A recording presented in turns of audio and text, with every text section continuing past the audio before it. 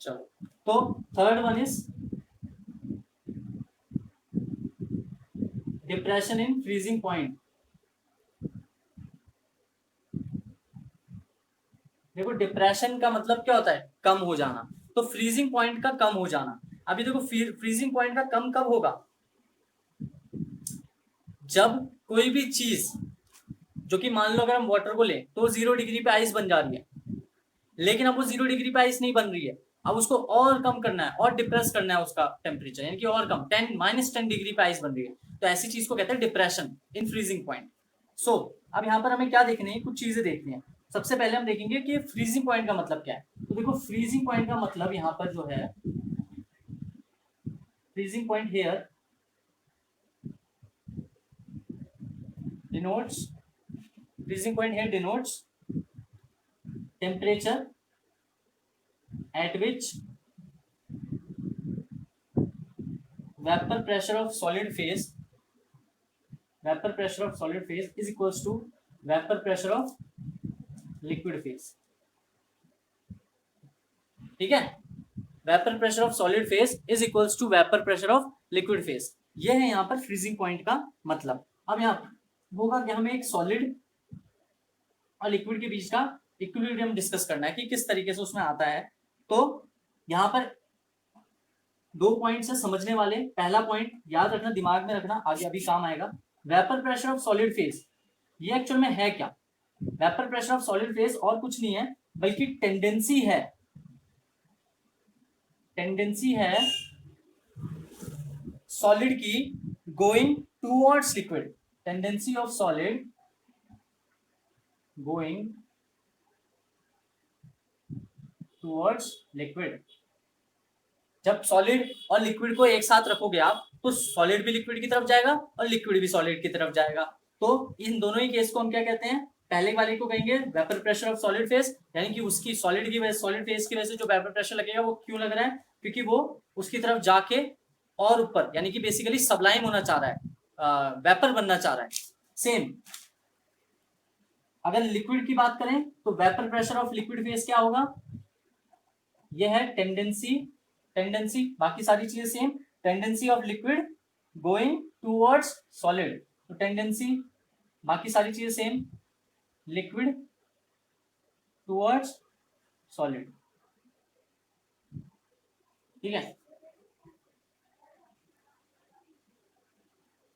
अब यहां पर एक छोटा सा ग्राफ है जो हम देखते हैं, उसके बाद हम इसकी थ्योरी में घुसेंगे। तो यह है वेपर प्रेशर और इधर है टेम्परेचर। ठीक है, अब हो क्या रहा है, ये तो है तुम्हारा नॉर्मल है, ये नॉर्मल कर्व है किसका, प्योर सॉल्वेंट, वो भी लिक्विड, प्योर सॉल्वेंट लिक्विड, ये इसका क्या है, कर्व है या ग्राफ है कि इतने टेम्परेचर पे इतना इसका वेपर प्रेशर होगा और धीरे धीरे टेम्परेचर बढ़ाओगे तो वेपर प्रेशर बढ़ेगा। ठीक है, this is the curve for solution, ये भी अगेन लिक्विड वाला होगा या कोई भी कह लो इसको। ठीक है, बट अभी इसको सॉल्यूशन ले लो। तो सॉल्यूशन के वेपर प्रेशर का ये ग्राफ है या कर्व है। ये जो है ये है तुम्हारा सॉलिड सॉल्वेंट का, सॉलिड सॉल्वेंट म्हणजे आइस जैसी चीज, तो ये सॉलिड सॉल्वेंट का क्या है, कर्व है। अब इसमें फ्रीजिंग पॉइंट क्या होगा, जहां पर ये कर्व और ये कर्व मीट करेंगे, ये कहलाएगा तुम्हारा फ्रीजिंग पॉइंट। इसको कह सकते हो टीएफ, नॉर्मल फ्रीजिंग पॉइंट, यानी कि इस पॉइंट ऑफ टाइम पे लिक्विड और सॉलिड मिलके एक फ्रीज हो जाएंगे, मतलब 0 डिग्री पे आ जाएंगे। 0 डिग्री नहीं कहूंगा, बट फ्रीज हो जाएंगे, अपनी आइस वाली या फिर अपनी सॉलिड फॉर्म को अटेन कर लेंगे। और ये जो है ये जब ये यहां पर आएगा, देख रहे हो, सोल्यूशन जब यहां पर आएगा, सोल्यूशन और बेसिकली सॉलिड फेज जब मिलेंगे आपस में, तो ये है तुम्हारा फ्रीजिंग पॉइंट में जो चेंज आया, या फिर डेल्टा टी एफ, इसको कह लो डेल्टा टी एफ नॉट और इसको कह लो डेल्टा टी एफ। तो एक है डेल्टा टी एफ नॉट और एक है डेल्टा टी एफ, सॉरी एक है टी एफ नॉट और एक है टी एफ। तो ये वाला पॉइंट है जब सॉल्यूशन एक्चुअल में फ्रीज हो गया या फ्रीजिंग पॉइंट पे आया। ओके, तो ये 2 पॉइंट्स है और ये इन दोनों के बीच में जो डिफरेंस आया यही है डिप्रेशन इन फ्रीजिंग पॉइंट। देखो ओरिजिनली कितना था, इतना था, यानी कि ज्यादा था टेम्परेचर, बट सॉल्यूशन का कितना हो गया, कम हो गया ना। तो ये जो डिफरेंस है यही तो डिफरेंस है, सॉल्यूशन का कम हो गया, यही डिप्रेशन इन फ्रीजिंग पॉइंट है। बहुत ही कॉमन सेंस है, ठीक है। इसको कहते हैं, इस डिफरेंस को कहते हैं डेल्टा डेल्टा टी एफ। जैसे वहां डेल्टा टी भी था वैसे यहाँ पे डेल्टा टी एफ आता है। ये जो डिफरेंस है आई होप ये दिख रहा होगा, ठीक है। तो डेल्टा टी एफ, ये टी एफ नॉट और ये टी एफ, ठीक है।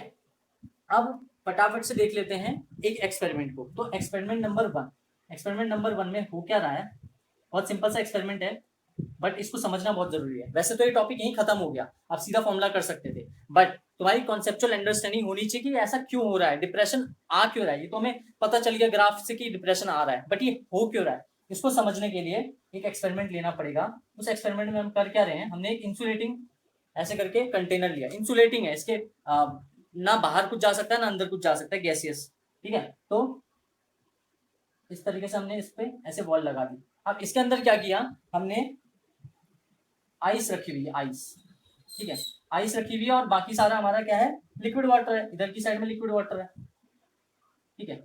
अब ये जो आइस है इसके मॉलिक्यूल्स वाटर की तरफ ट्रेवल करेंगे, जो कि क्या है, वाटर की तरफ ट्रेवल करना क्या है एक्चुअल में, vapour pressure of solid phase है, और लिक्विड के इसकी तरफ, ये दोनों ही एक दूसरे पे कुछ ना कुछ प्रेशर लगाएंगे। ये लगाएगा 5 एटीएम और ये भी लगाएगा 5 एटीएम इनिशियली, तो नेट तो कितना हो गया 10 एटीएम है। और ये किस साइड लगेगा, किसी साइड नहीं लगेगा, ये दोनों एक दूसरे की तरफ लगाएंगे, तो ये बेसिकली क्या हो जाएगा, कॉम्पनसेट हो जाएगा, ठीक है। तो ये जैसे ही टच करेंगे एक दूसरे को, एक दूसरे के पास आएंगे, तो तुम्हें पता है एक दूसरे के पास आते ही क्या होता है, एक दूसरे के पास आते ही यहाँ पर फ्रीज हो जाते हैं। तो ये इसका फ्रीजिंग पॉइंट होगा। तो इसका फ्रीजिंग पॉइंट होगा क्या एक्चुअल में, मान लो इस वाटर का सबसे पहले 25 डिग्री था, बट जैसे ही पास आने लगे तो 10 डिग्री हो गया और 5 डिग्री हुआ और फिर एकदम से ही 0 डिग्री हो गया। 0 डिग्री पहुंचते ही ये फ्रीज हो गए। क्यों, क्योंकि दोनों की तरफ से प्रेशर बराबर लग रहा है। जब प्रेशर बराबर लग रहा है तो स्टैंडर्ड टेम्परेचर पे ही ये फ्रीज हो जाएंगे। तो 0 डिग्री इसका फ्रीजिंग पॉइंट हो गया, ठीक है ना। तो एट 0 डिग्री पे ये फ्रीज हो गए, ठीक है। इसको इंसुलेटिंग वॉल है, ये याद रखना, इसके साथ कोई छेड़खानी नहीं है, ठीक है। अब यहाँ पर एक्सपेरिमेंट नंबर 2 करते हैं, ठीक है। तो एक्सपेरिमेंट 2 में हम कर रहे हैं, ये जो हमारा इंसुलेटिंग मटेरियल था इसके अंदर हमने जो सॉलिड की वो रखी परत, ठीक है। अब इस सॉलिड को हमने क्या किया, यहाँ पर लिक्विड है हमारा, लिक्विड के मॉलिक्यूल्स हैं, ठीक है। अब जो लिक्विड के मॉलिक्यूल्स है सॉलिड की तरफ जाएंगे, बट ये जो लिक्विड के मॉलिक्यूल्स है अभी कम प्रेशर एक्सर्ट कर रहे हैं। हमने ना सॉलिड के मॉलिक्यूल्स की एक और लेयर यहाँ पर सामने रख दी, एक और लेयर रख दी, तो अब इसका प्रेशर बढ़ जाएगा। नेट अभी भी हम 10 ही मानेंगे, नेट अभी भी 10 ही एटीएम लो, ठीक है। तो नेट अगर तुमने 10 एटीएम लिया है, ठीक है, तो ये लिक्विड की वजह से कितना प्रेशर लग रहा है, लिक्विड की वजह से प्रेशर लग रहा है मान लो 3 एटीएम, ठीक है। तो इसकी वजह से कितना लगेगा 7, बट यहाँ पर 7 की तो जरूरत है नहीं, तो इसकी वजह से भी यहाँ पर 3 लगेगा। बाकी का बचा हुआ कितना है, बाकी का बचा हुआ 4 एटीएम है, तो नेट कितना आ गया 10 एटीएम, ठीक है। उसका इतना भी यूज नहीं है, 3 एटीएम से कॉम्पनसेट हो जाएगा, तो इसको ये यहीं पे रोक लेंगे, ठीक है ना। अब यहाँ पे रोक लिया, अब समझ रहे हो यहाँ पर रोकने की वजह से हो क्या रहा है, इसका अभी वेपर फेज में नहीं जा पा रहा है, इजीली वेपर फेज में नहीं जा पाएगा और इसका जो इक्विलिब्रियम है वो बिगड़ जाएगा। जैसे यहाँ पर देख रहे हो तो यहाँ पर इजीली 25, 10, 5 और 0 डिग्री पे ये आपस में मिलके इन्होंने फ्रीज हो गए थे। बट यहाँ पर देखो, यहाँ पर इसको और मेहनत करनी पड़ेगी, और मेहनत करनी पड़ेगी। तो और मेहनत करने के लिए क्या करोगे, यहाँ पर तुम्हें बॉयल तो करना नहीं, यहाँ पर तो तुम्हें फ्रीज करना है। तो और मेहनत करने के लिए और फ्रीज कराने के लिए इसको तुम्हें टेम्परेचर को कम करना पड़ेगा, यहाँ बढ़ाना नहीं है, यहाँ पे कम करना पड़ेगा। क्यों, क्योंकि ये बर्फ बनाने की बात आ रही है ना, फ्रीज करने की बात आ रही है। तो दिमाग में ये वाली चीज बैठ गई होगी, ठीक है ना। इससे इजी एक्सप्लेनेशन नहीं हो सकती इस टॉपिक की। दूसरी चीज दूसरे तरीके से बताता हूं मैं, ठीक है। एक तो ये हो गया, ये तो है ही 100%। उसके अलावा इसको हम कैसे समझ सकते हैं, देखो इसका वेपर प्रेशर 3 एटीएम है, ठीक है। पहले से इसका वेपर प्रेशर कम हो गया। वेपर प्रेशर कम होने की वजह से होगा क्या, पीवी इक्वल्स टू एनआरटी से टेम्परेचर, प्रेशर कम होगा तो टेम्परेचर भी ऑटोमेटिकली कम होगा, डायरेक्टली प्रोपोर्शनल है। तो इसीलिए इसका टेम्परेचर भी और कम करना पड़ेगा हमें, ताकि ये फ्रीज हो पाए, ठीक है। इसको ऐसे भी समझ सकते हो, ऐसे याद रखने के लिए है ये, बट जो मेन एक्सप्लेनेशन है वो पहली वाली है, वो पहली वाली रहने देना कि भाई उसको क्या कहते हैं और मेहनत करवानी पड़ेगी उसको फ्रीज करने के लिए, क्योंकि यहाँ पर हमने एक लेयर एक्स्ट्रा चढ़ा दिया, वो लेयर इसको कॉम्पनसेट कर रही है और पहले ही रोक ले रही है, ये आगे नहीं बढ़ पा रहा है। ठीक है, लिक्विड मॉलिक्यूल्स की टेंडेंसी थोड़ी सी वीक हो रही है, तो उसको हमें और मेहनत करानी पड़ेगी फ्रीज करने के लिए। तो फ्रीजिंग पॉइंट को हमें मतलब उसको तुम्हें और ठंडा करना पड़ेगा, तो उसका फ्रीजिंग पॉइंट कम हो जाएगा बेसिकली, और कम हो जाएगा। तो ये तो 0 डिग्री पे ही आइस, बट ये वाला जो है लिक्विड वाला सीन, उसमें क्या होगा, देखो ये भी अगेन ये क्या है, ये सॉलिड सॉल्यूट है, याद रखना, ये इसके सामने हमने रख दिया है। ठीक है, तो ये लेयर रखती है। अब इसकी वजह से होगा क्या, पहले तो 0 डिग्री पे हो रहा था, बट अब ये -5 डिग्री पे होगा, एट -5 डिग्री। तो -5 डिग्री पे होगा, यानी कि इसका फ्रीजिंग पॉइंट क्या हो गया है, इसका फ्रीजिंग पॉइंट घट के हो गया है 268 केल्विन। यहाँ पर इसका फ्रीजिंग पॉइंट कितना था, 273 केल्विन। ठीक है, तो कमी आ गई फ्रीजिंग पॉइंट में। यहाँ पर ये वाला क्लियर हो गया ना, ये वाला क्लियर होना बहुत जरूरी है। ठीक है, फ्रीजिंग पॉइंट में कमी आ गई, क्योंकि पहले फ्रीजिंग पॉइंट कुछ और था, अब हमें और कम करना पड़ा ताकि वो फ्रीज हो जाए, मेहनत लगानी पड़ी, मेहनत करनी पड़ी। ठीक है, अब होगा क्या यहाँ पर, सो जो डिप्रेशन इन फ्रीजिंग पॉइंट है ना, डिप्रेशन इन फ्रीजिंग पॉइंट, वो यही है कि ये फ्रीजिंग पॉइंट में कमी आई। तो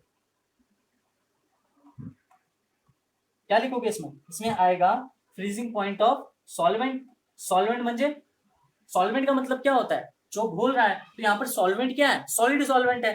ठीक है, डिप्रेशन का मतलब क्या है, कमी आना। तो सॉलिड सॉल्वेंट पहले कितने पे हो रहा था, 273 केल्विन पे, इजीली 0 डिग्री सेल्सियस पे, बट और माइनस में क्या लिखोगे, ऑब्वियस सी बात है सॉल्यूशन का, तो फ्रीजिंग पॉइंट ऑफ सॉल्यूशन, तो सॉल्यूशन का देखो कितना हो गया, 268 केल्विन। पहले केस में तो सॉल्यूशन भी था ही नहीं, क्योंकि सिर्फ सिंपली वो था, मतलब एक ही चीज थी, बट यहाँ पर तुमने सॉल्यूशन जोड़ा, क्यों, क्योंकि तुमने एक लिक्विड अमाउंट भी जोड़ दिया, तो वो दोनों ही मिलके क्या कर रहे हैं, मतलब सॉलिड सॉल्यूट जोड़ दिया यहाँ पर तुमने एक्स्ट्रा, दोनों ही मिलके क्या कर रहे हैं, उसको फ्रीजिंग पॉइंट को उन्होंने कम कर दिया, थोड़ी ज्यादा मेहनत लगी, उसकी वजह से freezing point of the solution में कमी आ गई। पहले जो 273 केल्विन था, अब वो 268 केल्विन हो गया। ठीक है, क्लियर है।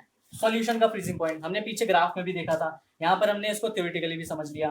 ठीक है, तो सॉल्वेंट का कितना है, नेचुरली सॉल्वेंट का तो 0 डिग्री सेल्सियस यानी कि 273 केल्विन, माइनस सॉल्यूशन का कितना हो गया, सॉल्यूशन के सॉल्यूशन में कमी आ गई है, क्यों, क्योंकि हमने अभी देखा क्यों आया। ठीक है ना, फ्रीजिंग पॉइंट कम हो गया है, ज्यादा मेहनत लग रही है फ्रीज करने में। तो ये कितने का डिफरेंस है, 5 केल्विन का, या फिर इसको 5 डिग्री सेल्सियस। देखो डिफरेंस की यही खास बात होती है, उसमें यूनिट का कोई मतलब नहीं है, यूनिट का लोचा है ही नहीं इसमें। अगर यहाँ पर तुम इसको 0 डिग्री और इसको -5 भी बोलोगे तो भी देखो माइनस माइनस प्लस हो जाएगा, +5 आ जाएगा, दोनों ही केस में बिल्कुल ही सही है तुम्हारा आंसर। ठीक है, तो इसमें यूनिट का कोई लोचा नहीं है, बट स्टिल मैं प्रेफर यही करूंगा कि भाई यूनिट हमेशा केल्विन यूज किया करो, क्योंकि केमिस्ट्री जो है वो केल्विन को मानती है। इसको हम क्या कहते हैं, इसको कहते हैं डेल्टा टीएफ। ओके, अब थर्ड वाला भी यहीं पर बता देता हूँ, थर्ड वाले में कुछ ज्यादा नहीं है, बस इसमें ना एक और लेयर ऐड कर दो। यहाँ पर ये सॉलिड है, मतलब आइस है, और यहाँ पर एक और लेयर ऐड कर दी तुमने सॉलिड सॉल्यूट की, लिक्विड वही है। अभी लिक्विड का प्रेशर हो गया और कम हो जाएगा, ये हो जाएगा 1 atm। अभी भी नेट तो 10 atm है, तो ये इधर को जाएगा 1 atm से। ये जो सॉलिड है ये कितने से, अभी सॉलिड भी 3 पार्ट्स में बट जाएगा। देखो ये तो 5 atm है, ये तो तुम्हें पता ही है 5 atm था। ठीक है, ये 5 atm है। ये वाला देखो, ये वाला कितना है बताओ, 5 3 और 1, यानी कि ये 1 atm हो गया। तो इधर से कितना जाएगा नेट, 9 9 और 1 तभी तो 10 होगा।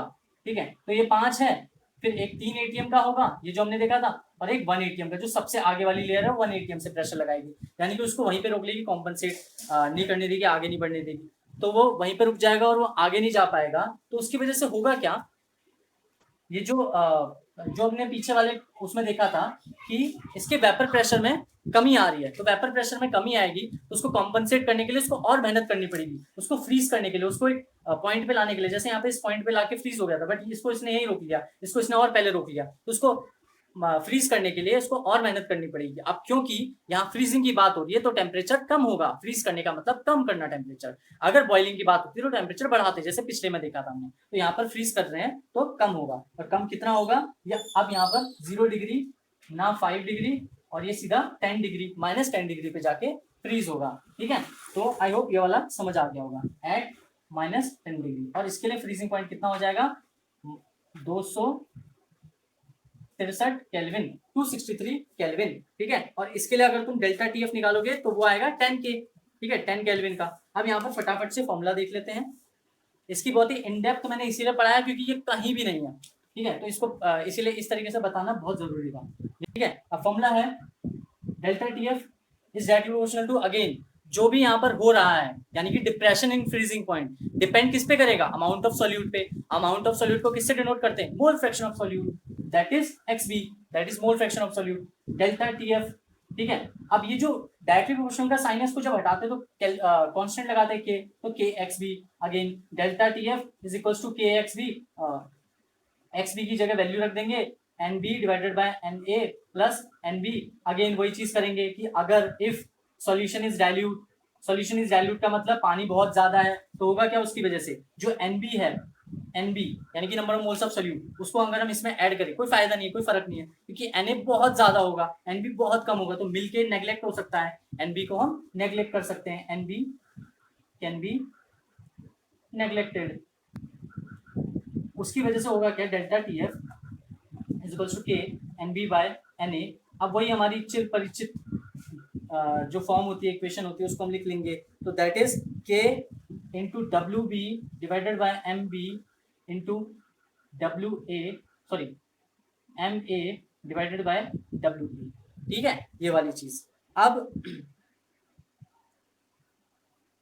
डेल्टा TF की वैल्यू हमने क्या किया, हमने जैसे पिछले में किया था ना, K multiplied by MA, because both are constant, तो हमने इसकी जगह लिख लेंगे KF, यहाँ पर, वहां पर K भी लिखा था बॉइलिंग में, यहाँ पर KF लिख लेंगे फ्रीजिंग में, तो इसको हम कहेंगे क्या, K और MA जो है both are constant, both are constant, hence K into MA is equals to KB, ठीक है, इतना सिंपल सा लॉजिक है, सॉरी KB कह रहा हूँ, KF, और ये क्या है, this is molal depression constant, इसको एक और कहते हैं क्रायो समथिंग समथिंग कांस्टेंट, मैं नाम बोल रहा हूँ उसका।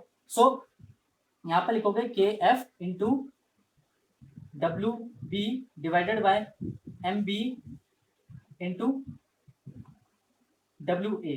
अब अगर तुम ध्यान दोगे तो अगेन WB बाय MB क्या है, molar mass of, sorry number of moles of solute divided by weight of solvent, ये क्या होता है, this is molality, delta TF is equals to KF multiplied by molality M। इसीलिए हम इस constant को क्या कहते हैं, KF वाले कांस्टेंट को क्या कहते हैं, मोलल डिप्रेशन कांस्टेंट, ठीक है, मोलर डिप्रेशन कांस्टेंट। ओके, सो ये आज की कथा यहीं पर समाप्त। एक क्वेश्चन में दो क्वेश्चन दे देता हूँ, ठीक है, इसी के ऊपर, इसके बाद हमें अगली उसमें देखना है ऑस्मोटिक प्रेशर। तो पहला क्वेश्चन है, एक सेकेंड, अगेन ये टुगेदर विद से क्वेश्चन है, ऐसे मैं स्लाइड लगा दूंगा। फर्स्ट वन इज, इसमें ना KF दे रखा है, वैसे जनरली ना ये तुम्हें ऐसे क्वेश्चन में दिया नहीं होगा KF, इतना नाम बोलेगा हो कि molar depression constant is this, या फिर कई बार ऐसा भी बोल देता है कि इसका समथिंग ये दे रखा है, तुम्हें यूनिट से पहचानना होगा। अब इसकी यूनिट कैसे निकाल सकते हो, इसकी यूनिट ऐसे निकाल सकते हो, टेम्परेचर जो डिफरेंस होता है केल्विन में होता है, और ये मोलैलिटी की जो यूनिट होती है वो, वहां से तुम इसका KF की यूनिट निकाल सकते हो। तो KF की यूनिट क्या है, kg पर मोल, ठीक है, तो ये दे रखा है तुम्हें 8 केल्विन kg पर मोल, ठीक है, KF दे दिया, WB दे रखा है 2.5 ग्राम, WA दे रखा है 100 ग्राम, ठीक है, तुम्हें TF नॉट और TF दे रखा है,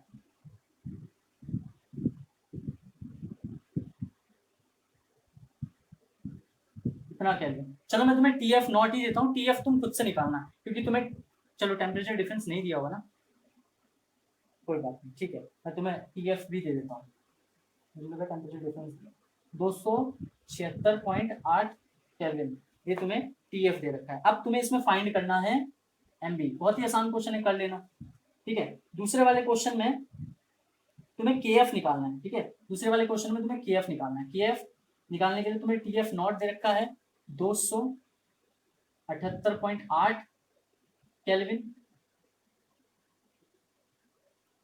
मोलैलिटी दे रखी है 0.25 M मोलैलिटी, और डेल्टा TF दे रखा है 2 केल्विन, ठीक है। So you have to find KF, ठीक है। सो आज की कथा को यहीं पे समाप्त करते हैं, अगली क्लास में देखेंगे सो ये कुछ ऑस्मोटिक क्वेश्चंस प्रेशर। हैं जिसमें depression in freezing point, elevation in boiling point, relative lowering of vapour pressure और इवन ऑस्मोटिक प्रेशर के भी क्वेश्चंस हैं। तो इसमें फ्रीजिंग पॉइंट और बॉइलिंग पॉइंट और रिलेटिव लोअरिंग वाले तो क्वेश्चन कर लेना, हो जाएंगे। अगर कोई नहीं आता है तो उसको नीचे लिख देना कि ये वाला क्वेश्चन नहीं आया, तो मैं उसके लिए एक सेपरेट वीडियो बना लूँगा और बाकी इसको पॉज करके सारे क्वेश्चंस को सॉल्व करो।